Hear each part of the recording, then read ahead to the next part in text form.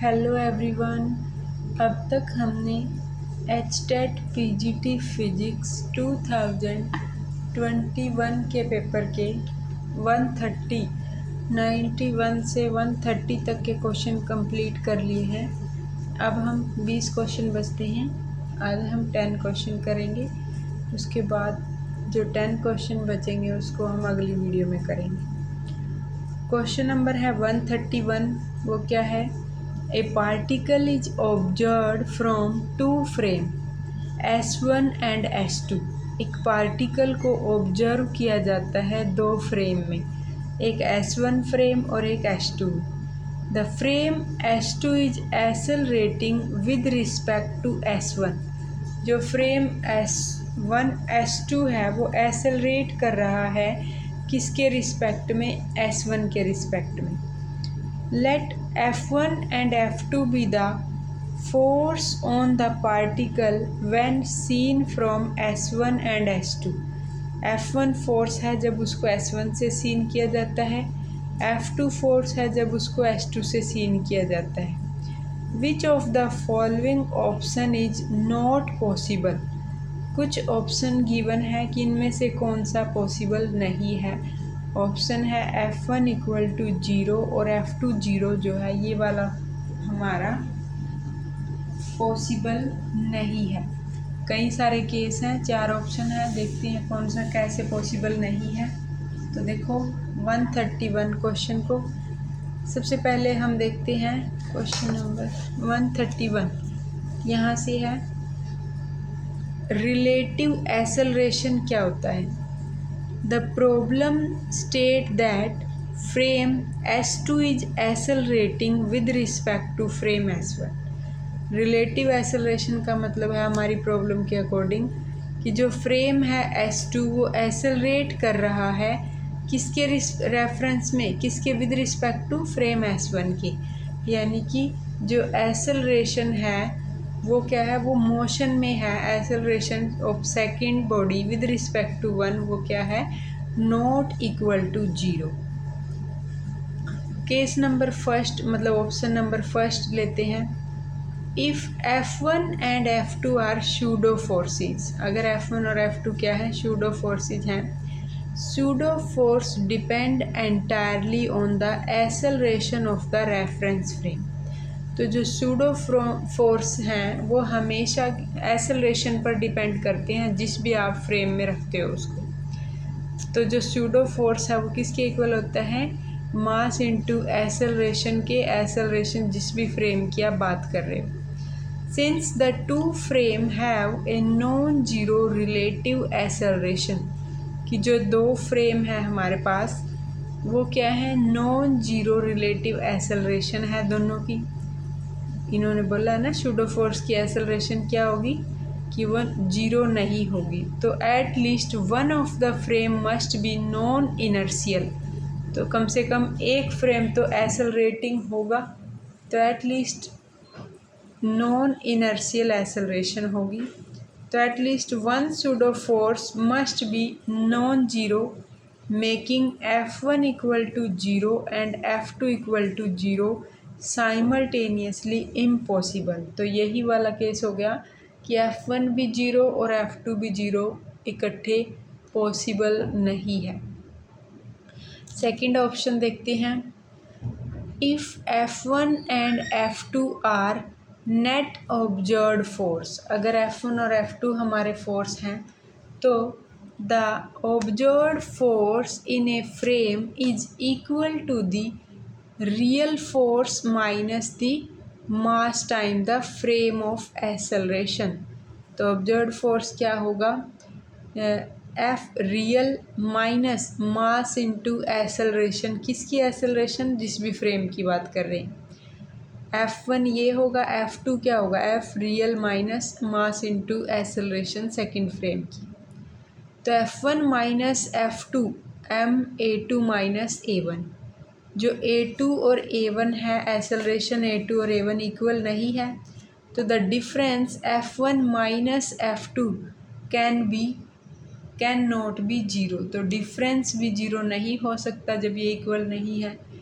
तो meaning F1 and F2 can not both be zero. तो इससे भी यही पता चल रहा है कि F1 और F2 दोनों जो है इकट्ठे ज़ीरो नहीं हो सकते एट द सेम टाइम। यानी कि ऑप्शन जो है पॉसिबिलिटीज़ F1 ज़ीरो हो सकता है, F2 not equal to zero हो सकता है, पॉसिबल है। इफ़ मान लो एक S1 इनर्शियल है, S2 क्या है, नॉन इनर्शियल है। दूसरा ऑप्शन है मान लो F1 not equal to zero हो और F2 ज़ीरो हो, पॉसिबल है ये भी जब S1 को नॉन इनर्शियल ले लो एंड S2 को इनर्शियल ले लिया। थर्ड केस है F1 not equal to zero, F2 not equal to zero, ये भी पॉसिबल है if both S1 and S2 are non inertial. लेकिन ये वाला केस पॉसिबल नहीं है कि F1 भी ज़ीरो है और F2 भी ज़ीरो है, ये हमने प्रूव कर दिया कि ये पॉसिबल नहीं है। अब हम करते हैं अपना क्वेश्चन नंबर 132 नंबर का क्वेश्चन। 132 क्वेश्चन क्या है, consider an iceberg floating in sea water. एक आइसबर्ग है, वो क्या कर रहा है, फ्लोट कर रहा है सी वाटर में। What fraction of the volume of iceberg is visible above the water surface? कितना फ्रैक्शन वॉल्यूम ऑफ आइसबर्ग का विजिबल होगा कहाँ पर, वाटर सरफेस के ऊपर। और जो डेंसिटी ऑफ आइस है एंड डेंसिटी ऑफ वाटर है वो क्या है, refer to the density of ice and density of sea water respectively. Option given है हमें, उसमें दे रखा है कि ये density of ice density of water लिखा हुआ है, मतलब वहाँ पे। तो एक आइसबर्ग है, फ्लोट कर रहा है सी वाटर में। पूछा क्या है कि कितना फ्रैक्शन उस आइसबर्ग का हमें विजिबल होगा अबव दी वाटर सरफेस। तो देखो कैसे करेंगे इसको। तो सबसे पहले तो हमें पता ही है इसको सोल्व करने के लिए बुओयंट फोर्स की ज़रूरत है। कोई भी ऑब्जेक्ट जो फ्लोट करता है फ्लूइड के अंदर, the upward buoyant force must equal the downward gravitational force. तो जो इसका अपवर्ड बुओयंट फोर्स होगा वो किसके इक्वल होगा, जो जितना उसके डाउनवर्ड में ग्रेविटेशनल फोर्स लगेगा। तो आर्किमेडीज प्रिंसिपल और लॉ ऑफ बुओयंसी है जो, ये मान लो फ्लोट कर रहा है आइसबर्ग। तो जो आर्किमेडीज प्रिंसिपल है वो क्या है, weight of displace water is equal to weight of iceberg. जितना वाटर का वेट डिस्प्लेस होगा उतना ही वेट किसका है, आइसबर्ग का। तो डेंसिटी ऑफ वाटर और V माइनस V आउट, मतलब जितना वॉल्यूम उसमें से डिस्प्लेस हुआ है, आउट हुआ है, V minus V out into में G is equal to weight density of ice into में वॉल्यूम आइस का इंटू में ग्रेविटी। तो रेशियो ले लो, हमें इसका चाहिए ना, density of ice by density of water is equal to V minus V out, G से G cancel, divide by V divide by V तो 1 माइनस V आउट जो हुआ है डिवाइड बाय V। तो V आउट कितना हुआ है, divide by V is equal to 1 minus rho of ice divided by rho of water. तो ये आ गया हमारे पास। अब है हम बात करते हैं, अगर आप इसको ना ऐसे नहीं करना चाहो कि डिस्प्लेस हो गया है वाटर कितना, तो आप सबमर्ज कितना हुआ है वो उसके अकॉर्डिंग भी कर सकते हो। फिर भी यही आएगा आपका कि जो रेशियो है वो क्या आएगी, 1 minus rho ice divided by rho of water. अब हम करते हैं अपना क्वेश्चन नंबर 133। अब है question 133, the power supply to a particle of mass 2 kg। Power जो सप्लाई की है पार्टिकल को जिसका मास कितना है, 2 kg है, vary with time as power is equal to 3t² by 2। Here p is in watt and t is in second. If the velocity of particle at t equal to 0 is 0, तो the velocity of particle in meter per second at time t is equal to 2 second will be. तो 2 second पर कितनी होगी वो वाली value हमें निकालनी है। तो देखो क्वेश्चन नंबर 133 को 133 हमारा क्या है 133। तो पावर कितनी गिवन है 3t²/2। पावर क्या होती है एनर्जी बाय टाइम। एनर्जी का क्या फॉर्मूला होता है force into displacement by time. Displacement by time को लिखते हैं वेलोसिटी, फोर्स इनटू वेलोसिटी, यानी कि पावर और फोर्स इनटू वेलोसिटी किसके इक्वल है 3t²/2 के। तो फोर्स इनटू वेलोसिटी को और कैसे लिख सकते हैं मास, फोर्स को लिखते हैं मास इनटू एक्सेलरेशन और एक्सेलरेशन को लिखते हैं dv/dt। तो mv/dv/dt किसके इक्वल आ गया 3t²/2 के। इतना कुछ क्यों किया हमें क्या चाहिए v की वैल्यू चाहिए इसलिए कर रहे हैं। तो अब हम करते हैं v/dv को इधर ले आते हैं 1/m 3t²/2 dt और ये कहाँ से कहाँ तक है लिमिट 0 से 2 तक।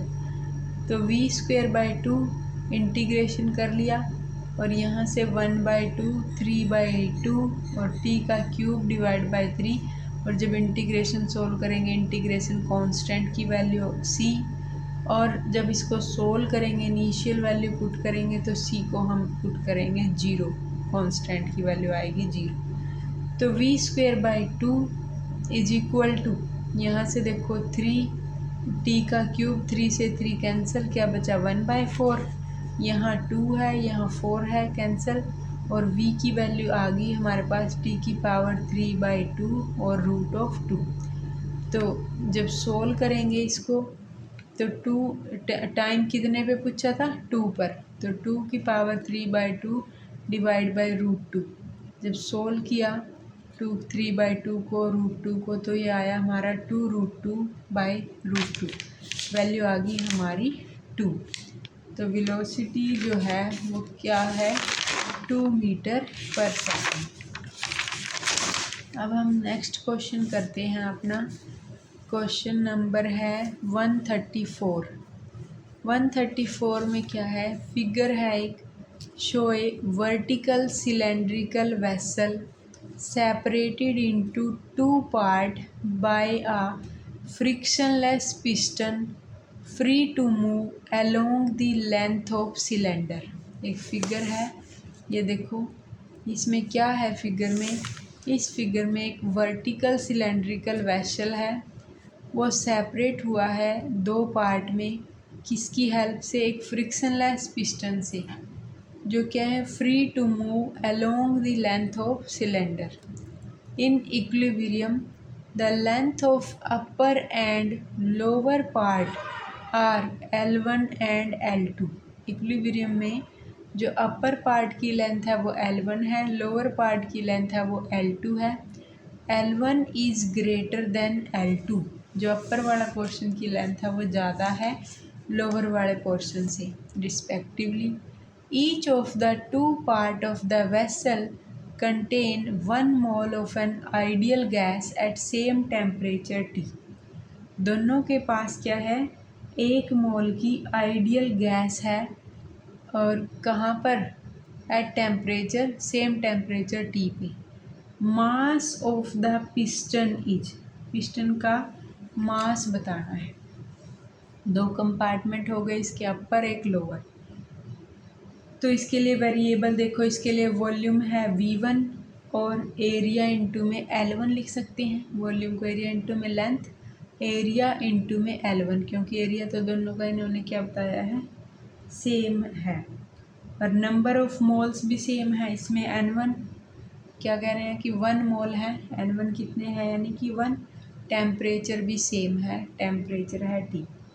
तो इसके लिए आइडियल गैस की जो थ्योरम है तो वो क्या होगी, PV इक्वल टू nRT, यानी कि P1V1 is equal to N1RT। RT तो हमारे क्या है, कांस्टेंट है। अब बात कर लेते हैं लोअर की। लोअर कंपार्टमेंट के लिए वॉल्यूम V2 है, यानी कि एरिया इनटू में लेंथ की कितनी, L2। नंबर ऑफ मोल्स भी सेम है, टेम्परेचर सेम है, और इसके लिए प्रेशर कितना हो जाएगा, P2 हो जाएगा N2RT बाय V2। यही होता है ना, PV is equal to NRT। अब देखते हैं हम कैसे सोल्व करेंगे इसको। क्वेश्चन नंबर है 134। तो देखो, एक के लिए कंपार्टमेंट के लिए pressure P1, volume V1, temperature T। दूसरे के लिए volume pressure P2, volume V2, temperature same है। लेंथ इसकी L1 है, इसकी L2 है, और नंबर ऑफ मोल्स भी क्या है, सेम है। सबसे पहले हम इसको इक्विलिब्रियम में एस्टेब्लिश करेंगे पिस्टन को।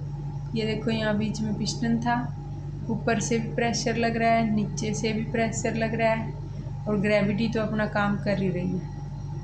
तो पहले हम टोटल डाउनवर्ड फोर्स देख लेते हैं कितने लग रहे हैं। एक तो ये लग रहा है P1A, और साथ में ये ग्रेविटी वाला mg। तो डाउनवर्ड के दो फोर्स हो गए हमारे पास, ये ग्रेविटेशनल वेट mg, और प्लस में दूसरा कौन सा है, प्रेशर इनटू एरिया होता है ना फोर्स, P1A। और जो अपवर्ड फोर्स लग रहा है वो सिर्फ एक ही है, P2A। P1A plus mg equal to P2A। तो यहाँ mg is equal to P2 minus P1 into में A। PV is equal to nRT होता है, P क्या है, RT बाई V। तो हमारे पास क्या है, PV is equal to nRT, P क्या है, RT बाई V। तो यहाँ से देखो m की वैल्यू क्या होगी फिर, P2 माइनस के P1A डिवाइड बाई G। और जो P है, P2 की जगह हम क्या लिख सकते हैं, प्रेशर P2 है, तो यहाँ से देखो R और T तो कांस्टेंट है, RT बाई V2 हो जाएगा P2, और P1 क्या हो जाएगा, RT बाई V1 हो जाएगा। तो m equal to RT by G 1 by V2 minus 1 by V1 into A। m क्या है, RT बाई G, और V2 को क्या है, V2 है L2 इंटू में एरिया, V1 है L1 इंटू में एरिया इंटू में A। तो RT by G 1 by L2 minus 1 by L1। तो ये आ जाएगा, मास पूछा था इन्होंने, तो मास की वैल्यू क्या आ जाएगी, RT by G into 1 by L2 minus के 1 बाई L1। नेक्स्ट है क्वेश्चन नंबर 135। एक एक्सपेरिमेंट है। In one experiment a paper weight suspend from a hefty rubber band when made to oscillate had a time period of 1.2 second. एक experiment है जिसमें paper wait है, उसको suspend किया है एक रबर बैंड से। when made to oscillate, उसका टाइम पीरियड जो आता है वो आता है 1.2 सेकेंड, उसका टाइम पीरियड आता है। And the amplitude of oscillation decrease by A factor of 2 after 3 period. 3 period के बाद उसका जो एम्पलीट्यूड ऑफ ऑसिलेशन है वो डिक्रीज कर जाता है 2 के फैक्टर से। और आफ्टर 3 पीरियड, टाइम कितना है, 3 पीरियड के बाद। What is the estimated quality factor Q of the system?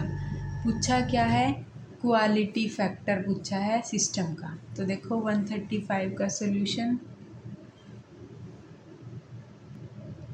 अब हम देखते हैं 135 को। डैम्प्ड एम्पलीट्यूड का फॉर्मूला क्या होता है, A of T is equal to A naught E raise to power minus gamma T। ये फार्मूला होता है डैम्प्ड एम्पलीट्यूड का। गामा यहाँ पर क्या है, डैम्पिंग कोफिशिएंट, T यहाँ पर क्या है, टाइम पीरियड जो कि कितना गिवन है, 1.2 सेकेंड। अब इन्होंने पूछा है जब टाइम कितना था, 3 T था, तो एम्पलीट्यूड उसकी ड्रॉप कर गई थी हाफ से एम्पलीट्यूड। तो जब ए कितना था 3t पर, तो एम्पलीट्यूड ड्रॉप हो गई थी a0/2। अब इसमें पुट करेंगे तो a0 e⁻के गामा टाइम कितना था 3t था, तो वो एम्पलीट्यूड a0/2। तो e⁻3 gamma t is equal to value आ गई 2।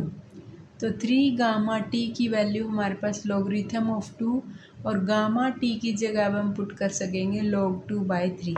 पूछा है इन्होंने क्वालिटी फैक्टर, जिसका फॉर्मूला क्या होता है क्वालिटी फैक्टर निकालने का।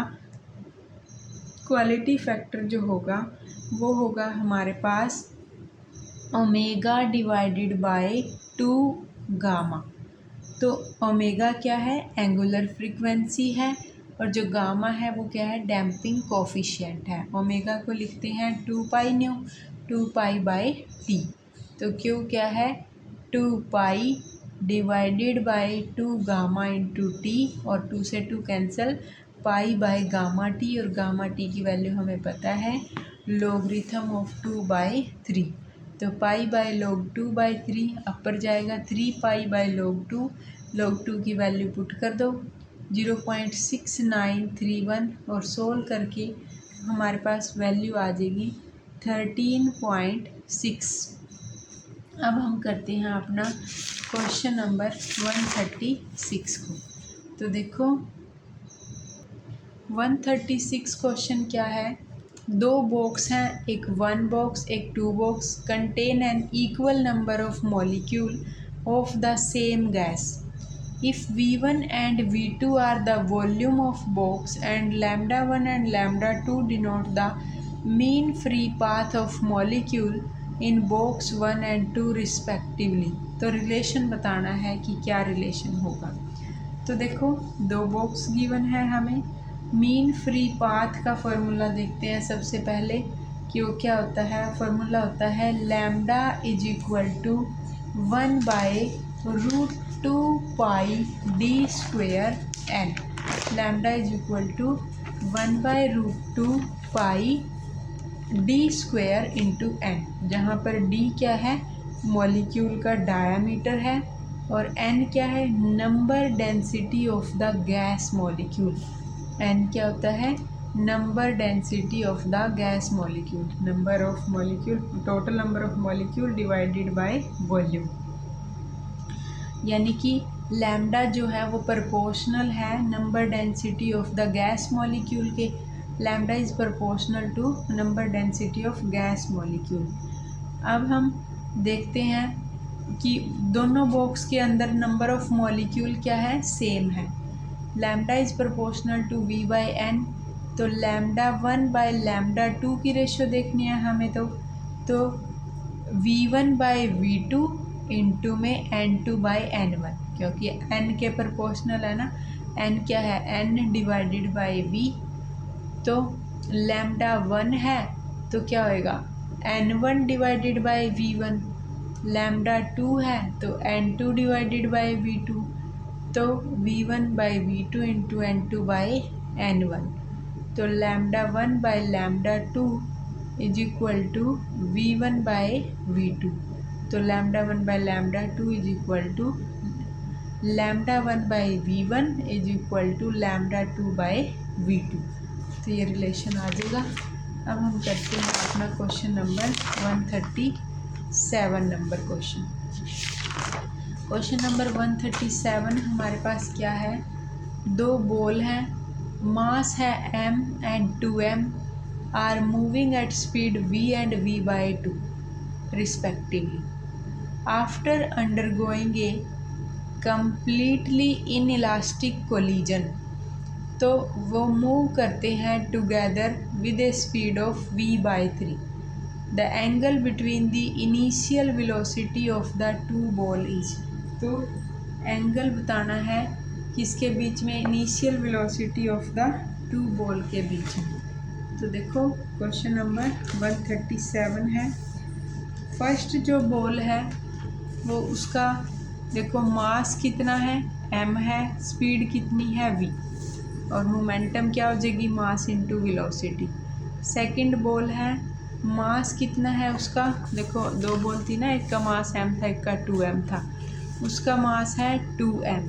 स्पीड कितनी है उसकी, स्पीड दे रखी है v/2, v/2 दे रखी है, अभी मैंने v लिख लिया, तो यहाँ स्पीड दे रखी है v/2, तो ये है देखो मोमेंटम क्या हो जाएगा फिर 2m इंटू v/2, 2 से 2 कैंसिल, mv हो जाएगा। अब है हम देखते हैं p इनिशियल का स्क्वायर ले लेते हैं पहले, p इनिशियल का स्क्वायर लिया तो यहाँ से क्या हो जाएगा एम वी का स्क्वायर फर्स्ट वाले का इंटू में 2mv का स्क्वायर, और यहाँ से क्या आ जाएगा mv का स्क्वायर प्लस 2mv का स्क्वायर इंटू में 2 इंटू में फर्स्ट वाला इंटू में 2mv कोस थीटा। भाई आप ना इसको v/2 के अकॉर्डिंग कर लेना, मैंने यहाँ पर इसको गलती से v लेके कर लिया है, आप इसकी सब बाकी सेम रहेगा, बस आप जहाँ जहाँ v लिखा है ना वहाँ v/2 पुट कर लेना। तो 2mv square mv cos theta, तो p इनिशियल का स्क्वायर हमारे पास ये आ गया। उसके बाद है हमारे पास p इनिशियल का स्क्वायर हमने सोल्व करके रख लिया। अब फाइनल मोमेंटम वेक्टर देखते हैं। इन्होंने बोला है कि after a completely inelastic collision the two mass combine into a single object, और वो फाइनल कितनी वेलोसिटी से v/3 से मूव करती हैं। कंबाइंड मास है m + 2m 3m, और वो कितनी स्पीड से v/3 से मूव करते हैं। तो p फाइनल का स्क्वायर यानी कि मास इंटू वेलोसिटी का स्क्वायर 3m इंटू v/3 का स्क्वायर, तो यानी कि वो कितना है mv का square equal to m square v square. तो p इनिशियल का square is equal to p final का square, m square v square 5 + 4 cos theta is equal to m square v square. वो वाली p इनिशियल और p final को equal कर लिया, यहाँ से सोल्व करके थीटा हमारा 180 डिग्री आ गया। तो मेरे से गड़बड़ हो गई है, यहाँ पर v/2 पुट कर लेना, और यहाँ पे ना ऑप्शन में 180 की बजाय क्या आएगा थीटा 120 डिग्री आ जाएगा आपका आंसर इसका। अब हम करते हैं अपना नेक्स्ट क्वेश्चन। क्वेश्चन नंबर है 138। 138 क्वेश्चन हमारा क्या है, देखो क्वेश्चन नंबर 138 है, if positive work is done by a system in A thermodynamic process its volume must increase. मतलब मैंने ना सारे ऑप्शन नहीं लिखे, अलग अलग ऑप्शन थे, सीधा ये वाला लिख लिया कि अगर work done by the system होगा थर्मोडायनेमिक प्रोसेस में तो जो वॉल्यूम है उसका वो क्या करेगा, मस्ट इंक्रीज। तो देखो if heat is added to a system, अगर आप सिस्टम को हीट ऐड कर रहे हो तो उसका टेम्परेचर इंक्रीज करता है, but not in isothermal process, क्योंकि टेम्परेचर उसमें क्या होता है, कांस्टेंट होता है। एक दो ऑप्शन थे उनका वो बता रखा है मैंने। दूसरा है सेकंड, अगर आप कहीं पॉजिटिव वर्क करते हो, if positive work is done by a system, अगर वर्क डन क्या है पॉजिटिव है किसी थर्मोडायनेमिक प्रोसेस में, तो इसका वॉल्यूम भी क्या करेगा, इंक्रीज करेगा, कि वॉल्यूम जो है अगर ये बढ़ेगा तो वॉल्यूम भी इंक्रीज करेगा P इंटू में V2 माइनस के V1, तो वॉल्यूम भी पॉजिटिव होगा। अगर आप एक्सपेंसन कर रहे हो तो V2 ग्रेटर देन V1 होगा, अगर आप कंप्रेशन कर रहे हो तो V2 is less than V1 होगा। तो ये था क्वेश्चन नंबर 138। अब हम करते हैं अपना क्वेश्चन नंबर 139 नंबर क्वेश्चन को। क्वेश्चन नंबर 139 हमारा क्या है, एक पेंडुलम है रिजिडली फिक्स है to an axle held by 2 support. एक एक्सल के साथ एक पेंडुलम को रिजिडली फिक्स कर रखा है, और क्या है to an axle held by 2 support से, देखो यहाँ दिखा रखा है एक पेंडुलम और रिजिडली फिक्स है वो, एक्सल से 2 सपोर्ट लगे हुए हैं, so that it can swing only in a plane perpendicular to the axle. The pendulum consists of a body of mass m attached to a massless rigid rod of length L. जो pendulum है वो क्या है, उसके पास body है मास m की, जो attach है मासलेस रिजिड रोड से, लेंथ जिसकी l है। The support are mounted on a platform that rotate with constant angular velocity omega, assuming small oscillation. The angular frequency omega of pendulum will be, हमें बतानी है angular frequency omega. तो देखो सबसे पहले हम फोर्स देखते हैं रोटेटिंग फ्रेम में। कंसीडर कर लिया coordinate system rotating with the platform eight a constant angular velocity omega. हमने क्या लिया कि वो रोटेटिंग फ्रेम में फोर्स लिया और वो कांस्टेंट एंगुलर वेलोसिटी ओमेगा से मूव कर रहा है। In this non inertial frame two main effect act on the pendulum bob of mass m।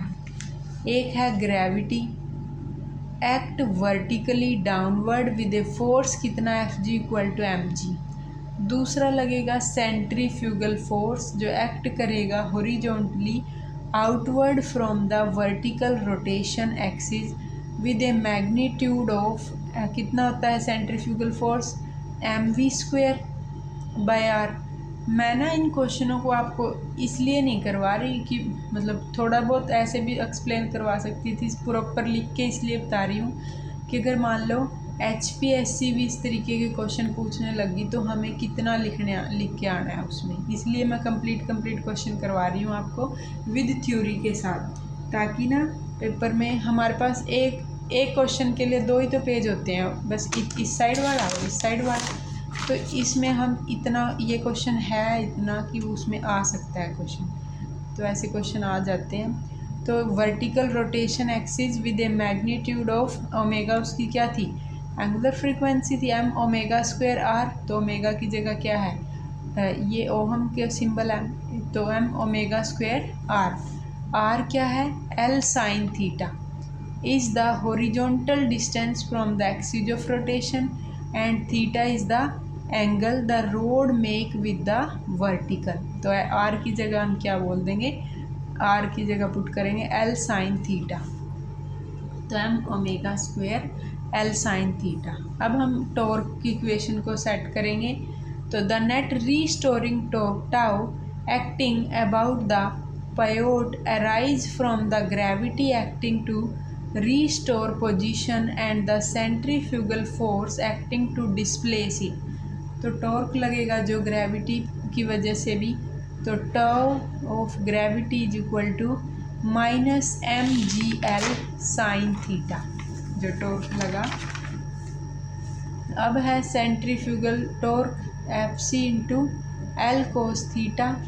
तो Fc की वैल्यू सेंट्रीफ्यूगल फोर्स की वैल्यू पुट कर दो m², l² sin थीटा, यहाँ क्या है L cos थीटा, L का l² हो गया।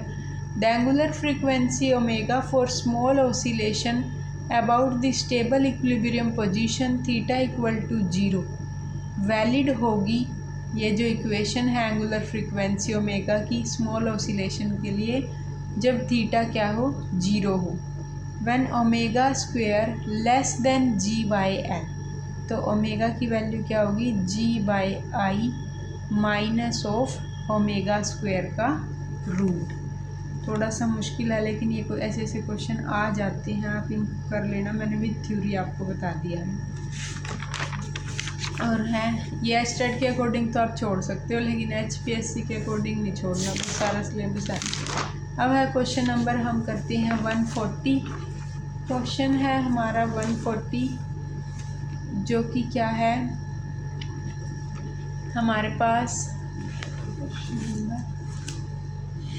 140 the लग्रांजियन for the simple pendulum is. Simple pendulum के लिए आपको याद भी रखना चाहिए डायरेक्ट भी, और अगर पेपर में आ गया तो फिर HPSC भी पूछ लेगा, तो उसके लिए सारा कितना लिखना है वो भी देख लेंगे कि लग्रांजियन सिंपल पेंडुलम के लिए कैसे लिखोगे, और symbol have their usual meaning. अब देखो कैसे करेंगे हम इस क्वेश्चन को। सबसे पहले तो ना हम ऐसे बना लेते हैं, सिंपल पेंडुलम है मान लो, यहाँ पर था, फिर वो उसको थीटा एंगल से उसको ट्विस्ट होके वो यहाँ तक गया। लेंथ ये एल है, ये भी लेंथ एल ही है। ये वाली क्या है, मान लो उसने यहाँ से लिया, वो डिस्टेंस है एक्स। यहाँ से यहाँ तक की कितनी हाइट है, उसने यहाँ तक ट्रैवल कर लिया जब, तो मान लो वो एच हाइट है। तो x की जो वैल्यू अगर आप निकाल लो, ये थीटा है, इस x की वैल्यू देखो क्या होगी, ये l है, ये थीटा है, तो ये कंपोनेंट क्या है उसका, ये वाला कंपोनेंट देखो, थीटा जिसके साथ है वो क्या है, कोस थीटा, और जो वर्टिकल बना उसके लिए वो क्या है, साइन थीटा। तो ये वाला l साइन थीटा यानी कि x के equal, x is equal to l sine theta.